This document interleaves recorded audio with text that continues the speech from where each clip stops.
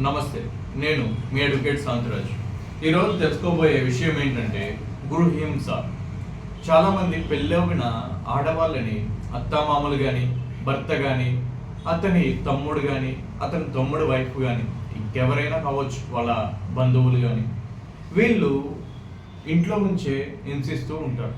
కొట్టడం కానీ, లేదా అనేక మాటలు అనడం కానీ, వాళ్ళ అమ్మని తిట్టడం, లేక వాళ్ళ బంధువులను తిట్టడం, ఏదో విధంగా మానసికంగా కానీ ఏదో విధంగా బాధపెడుతూ ఉంటారు. ఇలాగ చేసినప్పుడు ఏం చేయాలి, నా బ్రతుకు ఇలాగ అయిపోయిందని చాలామంది ఆడవాళ్ళు బాధపడుతుంటారు. ఇది నిజంగా జరిగి ఉంటే మీకు ఒక రిలీఫ్ ఉన్నది.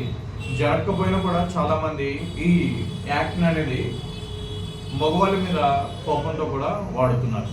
ఇది నిజంగా జరుగుంటే వీళ్ళకి ఉండే రిలీఫ్ ఏంటంటే డొమెస్టిక్ వైలెన్స్, గృహహింస చట్టం.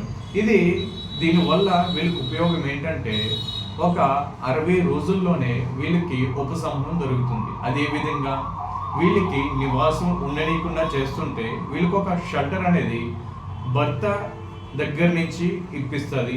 అదేవిధంగా వీళ్ళు బ్రతకనికి డబ్బు కూడా, మెయింటెనెన్స్, దీన్ని కూడా భర్త దగ్గర నుంచే ఈ కోర్ట్ అనేది వాళ్ళకి ఒక రిలీఫ్ లాగా ఇప్పిస్తుంది. సో మీరు ఇలాగ బాధపడుతుంటే భరించాలని లేదు.